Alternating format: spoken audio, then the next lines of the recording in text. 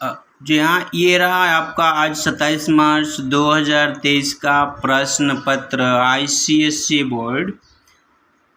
इसका हमने उत्तर भी बताए हैं, एक बार फिर मैं आपको बता देता हूँ। देखिए, इसमें ऐसे राइटिंग का निबंध लेखन का टॉपिक है प्लास्टिक मुक्त भारत स्वच्छ भारत।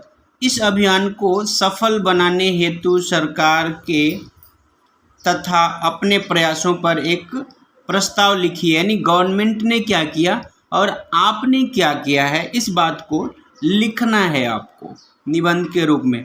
प्लास्टिक मुक्त यानी प्लास्टिक जो है यूज नहीं करना है, जैसे कई बार अभियान ये चला था। दूसरा प्रश्न है कि समाज में फैली समस्याओं में महंगाई यानी रेट तेजी से बढ़ रहा है ना, तथा जनसंख्या वृद्धि एवं गंभीर समस्या है। मतलब महंगाई का बढ़ना और जनसंख्या का बढ़ना ये बड़ी गंभीर समस्या है, और बात भी सही है। अगर हम जनसंख्या पर कंट्रोल करेंगे तो महंगाई भी कम हो जाएगी। ये सारी बातें खैर बहुत सी हैं। तो इसके कारणों तथा दुष्परिणामों का उल्लेख करते हुए यह भी बताइए कि सरकार तथा जनता मतलब गवर्नमेंट और हम लोगों ने इससे मुक्त होने के लिए क्या क्या प्रयास किए हैं, इससे बचने के लिए हम लोगों ने क्या क्या किए हैं। आप अपना विचार लिखिए। तीसरा निबंध है कि भारत विविधताओं डाइवर्सिटी का देश है, मतलब भारत में अनेकता में एकता है, आप सुने होंगे इस तरह, वही आंसर लिखना है इसमें। यहाँ के प्रत्येक राज्य यानी स्टेट की अपनी विशेषताएं हैं। विषय को ध्यान में रखते हुए किसी एक राज्य की यात्रा का वर्णन करें तथा वहाँ के खान पान मतलब वहाँ रहन सहन तथा प्राकृतिक सौंदर्य को स्पष्ट करते हुए प्रस्ताव लिखिए। यानी भारत की किसी एक राज्य में आप घूमने गए और वहाँ के लोगों का खान पान क्या है, वहाँ के लोगों का रहन सहन रहने का यानी उनके लाइफस्टाइल क्या है, ये लिखना था। फिर एक कोशिश करने वालों की कभी हार नहीं होती पंक्ति से आरंभ करते हुए आप अपने जीवन से संबंधित एक मौलिक कहानी लिखिए। ये भी बड़ा आसान है।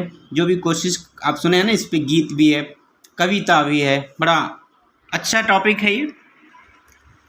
और ये था आपका चित्र पिक्चर राइटिंग, जिसमें देखिए बच्चे ने कुछ बनाया हुआ है और कुछ क्या ये चूँकि तोप का चिन्ह है तो इस चित्र को आपको स्पष्ट करना है, चित्र से संबंधित कहानी लिखना है। चलिए आगे बढ़ जाते हैं। पत्र लेखन था इस बार। आपने आज़ादी का अमृत महोत्सव एक अनाथ आश्रम के छोटे बच्चों के साथ मनाए हैं, तो उन बच्चों के साथ बिताए हुए पल, आप उनके साथ खेले, क्या क्या किए, अपना एक्सपीरियंस अपनी खुशी का वर्णन करते हुए आपको मित्र को बताते हुए पत्र लिखना है, यानी इनफॉर्मल लेटर है।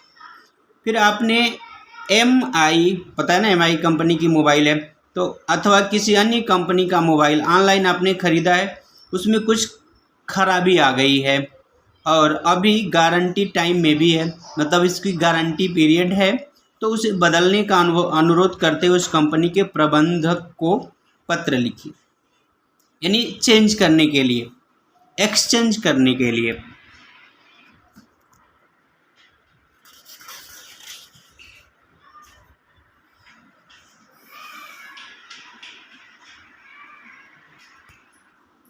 और हाँ जी, ये है बड़ा ही अच्छा सा, बड़ा ही ज्ञानवर्धक आपका जो ये अनसीन पैसेज था, अपठित पद्यांश हमने पढ़े हैं, बड़ा मज़ेदार है ये।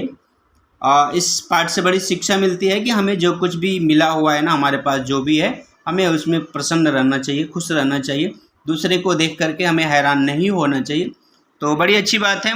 मोर कोयल और कौवे की बात, कौवे ने बड़ा अच्छा उपदेश दिया, उनको समझाया। खैर आप ये अपठित गद्यांश पढ़ ही लिए होंगे, बड़ा अच्छा है। जी हाँ, उस अपठित गद्यांश से संबंधित यहाँ पे 5 प्रश्न हैं जिनका उत्तर बड़ा ही सटीक और सार्थक है। मैं आपको ये बात बता दूं आगे, देखिए व्याकरण भाग था जिसका उत्तर हमने एक और वीडियो में बता दिए हैं आपको, फिर भी आप एक बार फिर से देख लीजिए। अगर आपने ये सही किए हैं तो आपको इसका अंक मिलेगा, और अगली परीक्षाओं की तैयारी के लिए भी आप ध्यान से सोचिए। श्रम का विशेषण, शोषण का शुद्ध रूप यानी करेक्ट स्पेलिंग क्या है, फिर है पापड़ बेलना का सही अर्थ क्या है, फिर ये ईश्वर का कोई आकार नहीं होता निर्गुण भक्ति के साथ, तो निर्गुण भक्ति के अनुसार ईश्वर निराकार है, निराकार ब्रह्म है, उनका कोई रूप रंग आकार नहीं है। ये था व्याकरण भाग का अंतिम प्रश्न। हम तैरना नहीं जानते, हम का प्रयोग करना था, हमें तैरना से शुरू था वो वाक्य। अब आते हैं हम पार्ट बी की ओर। पहले है साहित्य सागर से नेताजी का चश्मा से। बड़े ही आसान से प्रश्न पूछे गए हैं। इनका उत्तर मैं आपको फिर एक बार बताऊंगा, अभी के लिए इतना ही। हमने शॉर्ट फॉर्म में यहाँ उत्तर लिखे हुए हैं, जब मैं एक्सप्लेन करूंगा तो आपको अच्छे से समझ में आ जाएगा कि क्या उसका सही उत्तर है। फिर यह है संदेह पाठ से। जैसे कि आप परीक्षा से पहले क्या वीडियो देखिएगा, हमने बताया था कि संदेह इस बार आपको पक्का पूछा जाएगा। अगर आप देखते रहे होंगे तो आपको याद होगा ज़रूर संदेह पाठ। अगर अभी भी आपको संदेह पाठ में डाउट है तो एक बार आप हमारी वीडियो ज़रूर देखिएगा, आपको आपका संदेह दूर हो जाएगा। फिर है भेड़े और भेड़िए। इस पाठ से लेखक ने हमारे समाज में फैली हुई जो भी अशांति, दुर्व्यवस्था है, नेताओं का चरित्र कैसा होता है, इस बात पर इन्होंने विशेष बल दिया है।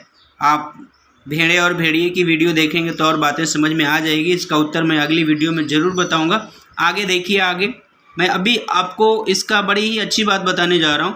आप देख रहे हैं Hindi classes by Umesh sir.